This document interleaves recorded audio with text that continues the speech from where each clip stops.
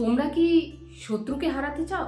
তোমরা কি এমন পরিস্থিতিতে পড়েছো যেখানে কেউ তোমার বিরুদ্ধে দাঁড়িয়ে রয়েছে, ছোট করার চেষ্টা করছে, তোমার পিছনে কথা বলছে? গায়ে হাত না দিয়ে শত্রুকে হারাও, 7টি ডার্ক সাইকোলজি।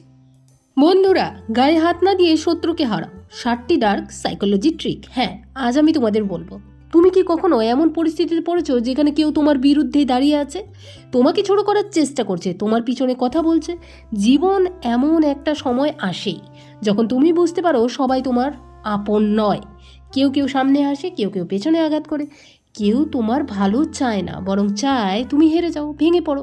তুমি কি কখনো এমন অনুভব করেছো? তুমি তোমার কাজ করে যাচ্ছ, নিজের পথে এগাচ্ছ, কিন্তু হঠাৎ কেউ এসে তোমার পথে বাধা হয়ে দাঁড়াচ্ছে, তোমার নাম খারাপ করার চেষ্টা করছে, তোমাকে মানসিকভাবে দুর্বল করার চেষ্টা করছে। এই মানুষগুলি কিন্তু বন্ধু তোমার শত্রু। কিন্তু সবচেয়ে বড় ভুলটা আমরা তখনই করি যখন আমরা ভাবি না, ওকে তো হারাতে হলে আমাকে লড়তে হবে, রাগ দেখাতে হবে, প্রতিশোধ নিতে হবে। না, এই চিন্তাটাই তো তোমাকে দুর্বল করে দেয়। কারণ সত্যিটা হলো, শত্রু কখনো তোমার শক্তিকে ভয় পায় না, সে ভয় পায় তোমার বুদ্ধি, তোমার নিয়ন্ত্রণ আর তোমার নীরবতাকে। তুমি যখন নীরব হয়ে যাবে, তুমি যদি প্রতিটা কথায় উত্তর দাও, তুমি যদি প্রতিটা আঘাতে রিয়েক্ট করো, তাহলে তুমি তার খেলায় পা দিচ্ছ আর তুমি তার মতোই হয়ে যাচ্ছ। কিন্তু যদি তুমি খেলা বদলে দাও, যদি তুমি এমনভাবে খেলো যেখানে কোনো চিৎকার নেই, কোনো মারামারি নেই, শুধু ঠান্ডা মাথা, তীক্ষ্ণ বুদ্ধি আর নিখুঁত কৌশল, ভাবো তো, তুমি কিছুই বলছো না, কিছুই করছো না বাইরে থেকে, কিন্তু ভিতরে ভিতরে তুমি এমনভাবে চাল দিচ্ছ যাতে তোমার শত্রু নিজেই নিজের ফাঁদে পড়ে যায়। এটাই কিন্তু আসল ক্ষমতা, এটাই হলো ডার্ক সাইকোলজি, যেখানে তুমি কাউকে আঘাত না করেই তার মানসিকতা, তার আচরণ আর তার ভুলগুলোকে ব্যবহার করো, তাকেই দুর্বল করে দাও। আজকের এই কথায় আমি তোমাকে এই 7টি শক্তিশালী ট্রিক শেখাবো, যা ব্যবহার করে তুমি কোনো ঝগড়া না করেই, কোনো হাত না তুলেই, সম্পূর্ণ নীরবে তোমার শত্রুকে হারিয়ে দিতে পারবে। মনে রাখো, ওই পৃথিবীতে সবচেয়ে বিপজ্জনক মানুষ সেই যে হাসি মুখে থাকে কিন্তু মাথার ভেতরে খেলে শত শত চাল। বন্ধুরা, নীরবতার শক্তি।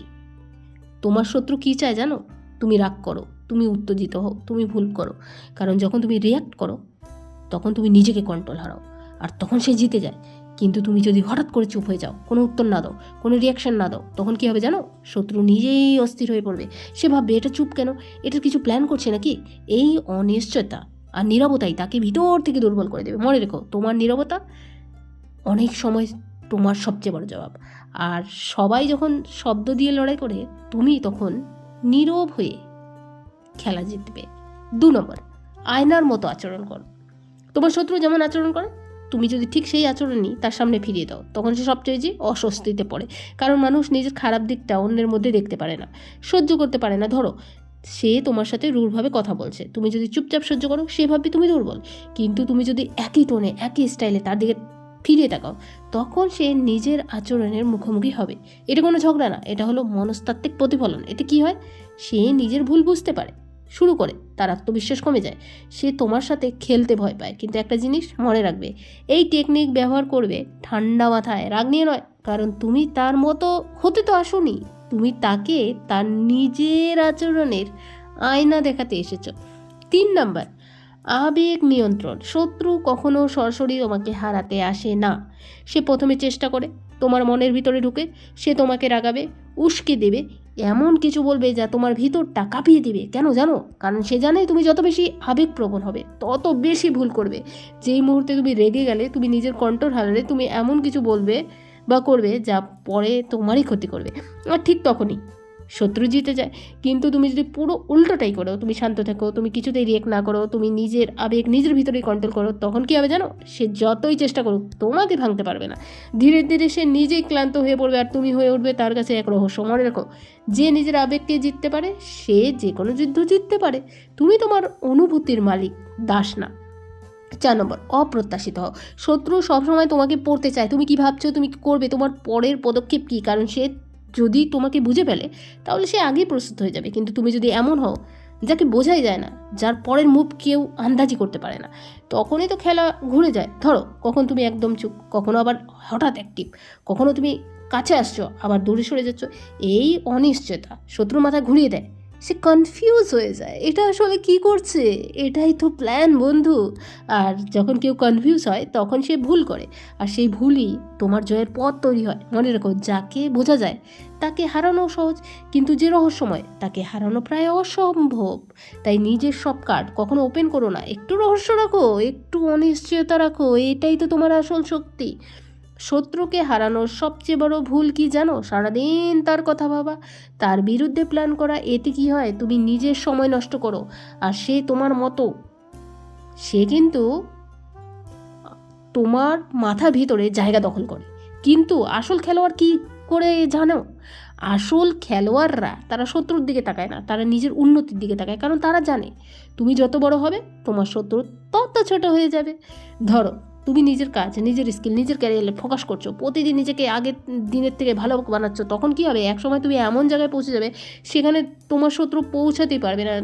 সে তখন তোমার সাথে লড়াই না করে তোমার দিকে তাকিয়ে শুধু আফসোস করবে। মনে রাখো, সবচেয়ে বড় প্রতিশোধ হলো নিজেকে এতটা সফল বানাও যাতে শত্রু তোমার নাম শুনলেই চুপ হয়ে যায়। তাই সময় নষ্ট না করে নিজের উপর ইনভেস্ট করো, কারণ তুমি তোমার সবচেয়ে বড় অস্ত্র। 6 নম্বর, কম কথা বেশি কাজ। শত্রু শুধু তোমার কাজ দেখে ভয় পায় না, সে ভয় পায় তোমার নীরব অগ্রগতি দেখে। যারা বেশি কথা বলে তারা নিজের প্ল্যান আগেই প্রকাশ করে দেয়, আর তখনই শত্রু প্রস্তুত হয়ে যায়। কিন্তু তুমি যদি উল্টোটা করো, তুমি কম বলো, তুমি তোমার প্ল্যান নিজের মাথায় রাখো আর চুপচাপ কাজ করে যাও, তখন কী হবে, একদিন হঠাৎ সবাই দেখবে তুমি অনেক দূর এগিয়ে যাচ্ছ, আর শত্রু তখনই বুঝতে বা পারবে তুমি কতটা সফল। আর শত্রু তখনই বুঝতেই পারেনি যে তুমি কবে এতটা বড় হয়ে গেলে। এটাই তো হলো সাইলেন্ট অ্যাটাক।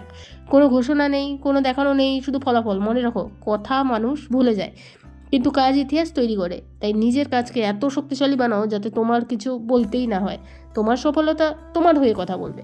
7 নম্বর, সময় নিজের অস্ত্র বানাও। সব যুদ্ধ তো একদিনে জেতা যায় না, কিছু কিছু যুদ্ধ জেতার জন্য লাগে সময়, ধৈর্য আর সঠিক মুহূর্ত। তোমার শত্রু চায় তুমি তাড়াহুড়ো করো, তুমি ভুল করো, তুমি নিজেই নিজের ক্ষতি করো। কিন্তু তুমি যদি সময়কে নিজের পক্ষে ব্যবহার করো, তুমি ধৈর্য ধরো, তুমি সঠিক মুহূর্ত অপেক্ষা করো, তুমি প্রতিটা সিদ্ধান্ত ভেবে নাও, তখন কি হবে, শত্রু নিজেই নিজের ভুল জড়িয়ে পড়বে। সব সময় সাথে সাথে তার আসল চেহারা সবার সামনে চলে আসবে। আর তুমি যখন দাঁড়িয়ে থাকবে, শান্ত হবে, শক্ত হবে, প্রস্তুত হবে। মনে রেখো, সব সময় সবচেয়ে বড় বিচারক হচ্ছে সময়। তুমি যদি সঠিক পথে থাকো, সময় একদিন তোমার পক্ষে কথা বলবে। তাড়াহুড়ো করে জেতা জয় বা ক্ষণস্থায়ী, কিন্তু ধৈর্য ধরে জেতা স্থায়ী। আর বন্ধুরা, শত্রুকে হারানোর জন্য কিন্তু তোমার হাত নয়, তোমার মাথা, মনটাই সবচেয়ে বড় অস্ত্র। তুমি যত নীরব, যত ধৈর্য, যত বুদ্ধি নিয়ন্ত্রণ ব্যবহার করবে না, তাহলে তুমি এমন যুদ্ধে জিতবে যেখানে তোমার শত্রু কোনোদিন লড়াই করতে আসবে না বা লড়াই করতে পারবে না। কারণ জানো তো, আসল শক্তি নিজেকে কন্ট্রোল করা, আর আসল বিজয় তো সে যে নিজের মনের উপর রাজত্ব করতে পারে। তাই বন্ধুরা, তোমরা কিন্তু মনের উপর রাজত্ব করো। যারা ফট করে রাগ দেখিয়ে দিচ্ছ, শত্রুর সাথে লড়াই করার জন্য চলে যাচ্ছ, তাড়াহুড়ো করছো, সেটা ক্ষণস্থায়ী। কিন্তু যদি তুমি ধৈর্য ধরে থাকো, তুমি এক না একদিন কিন্তু জিতবে, আর সেটা চিরস্থায়ী। সময় সবচেয়ে বড় বিচারক। আর যদি তুমি সময় ধরো, তুমি যদি ধৈর্য ধরে থাকো, সময় একদিন তোমার হয়ে কথা বলবে।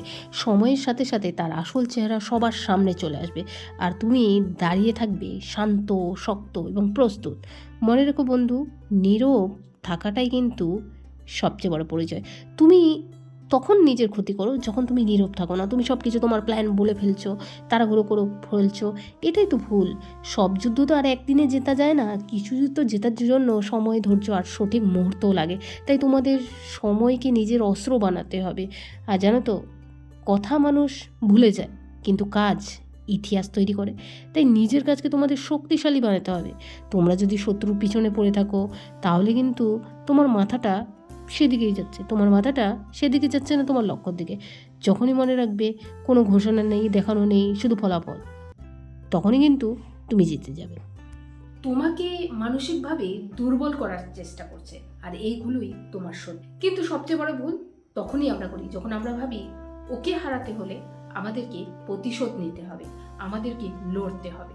চিন্তাটা তোমাকে দুর্বল করে তোলে, কারণ শত্রু তোমার শক্তিকে ভয়। কখনো তুমি একদম চুপ, আর কখনো অ্যাক্টিভ, কখনো কাছে আসছো, আবার কখনো দূরে চলে যাচ্ছ। এই অনিশ্চয়তা শত্রুর মাথা ঘুরিয়ে দেয়, শত্রু কনফিউজ হয়ে যায়, তখনই সে ভুল করে, আর সেই ভুলই তোমার জয়ের পথ। তাই নিজের কার্ড সবসময় ওপেন করো না, একটু রহস্য রাখো, একটু অনিশ্চয়তা রাখো।